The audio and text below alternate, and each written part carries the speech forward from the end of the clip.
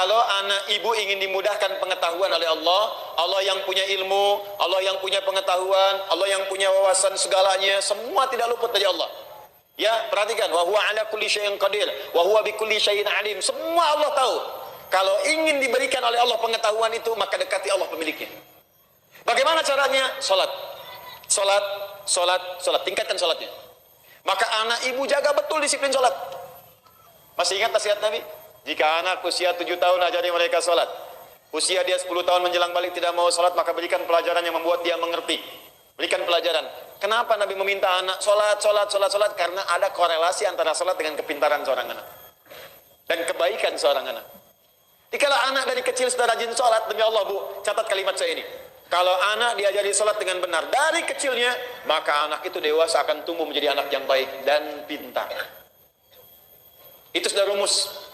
Ibu cek ya, Al-Kindi, Al-Ghazali, Al-Farabi, ya, Ibn Sina, Al-Khawarizmi, Al-Battani, itu semua ulama-ulama ini dari kecil sebelum mereka belajar pengetahuan dididik oleh orang tuanya salat.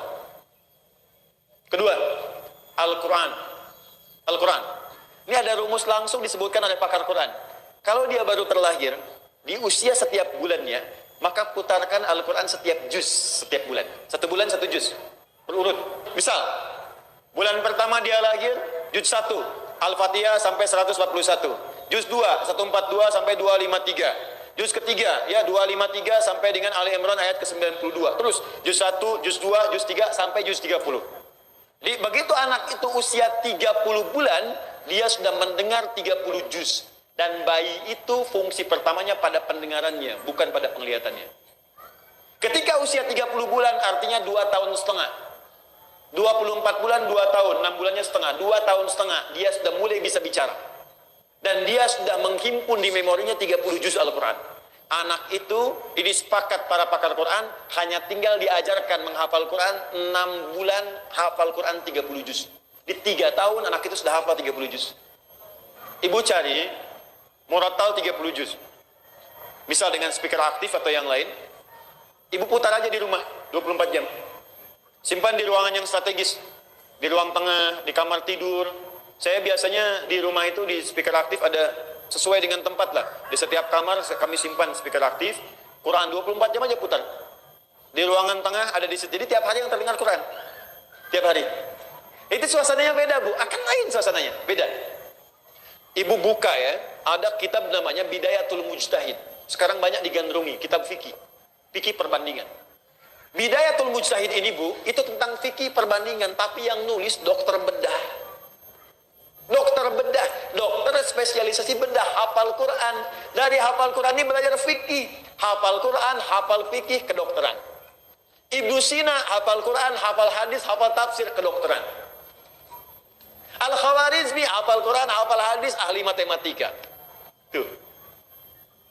Hampir semua. Ibu kalau nggak percaya silahkan. Dan saya coba memulai membuktikan itu, ternyata banyak dampak perubahannya, betul itu. Ya, saya belajar Bu, saya belajar. Dan ternyata fisika itu banyak yang bersinggungan dengan nilai-nilai keislaman. Ya, di bab gaya aja, gaya gerak sama dengan gaya dorong, F1 sama dengan F2. Ya, apa yang masuk itu yang keluar. Gayanya tinggi, pukulan kencang, rendah sedikit. Sama, iman sedikit yang keluar pun ibadahnya sedikit. Imannya kuat, dicas kuat, yang keluar ibadahnya kuat. Nah, sekarang anak fisika itu belajar untuk ujian saja. Anak sekolah belajar hanya untuk ujian, makanya ilmunya nggak dipakai dalam kehidupan. Saya sarankan begini, mumpung masih ada waktu, ibu dekati Al-Quran. Dan dekatkan anak-anak itu dengan Al-Quran. Itu Allah akan tingkatkan tingkat kecerdasannya. Kalau hafal dengan benar, itu minimal 3 kali lipat. Ada korelasi antara peningkatan kecerdasan dengan hafalan Quran.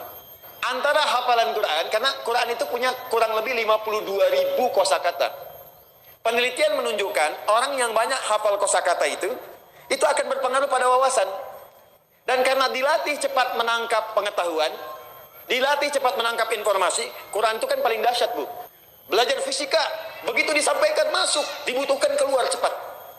Biologi, dihafalkan masuk, keluar cepat. Makanya orang dulu, orang Islam dulu, itu walaupun mereka ahli biologi, matematika, bahkan kedokteran, itu rata-rata semua penghafal Quran. Masya Allah, itu dan kepake ilmunya gitu. Dan sekarang pun masih dikenal.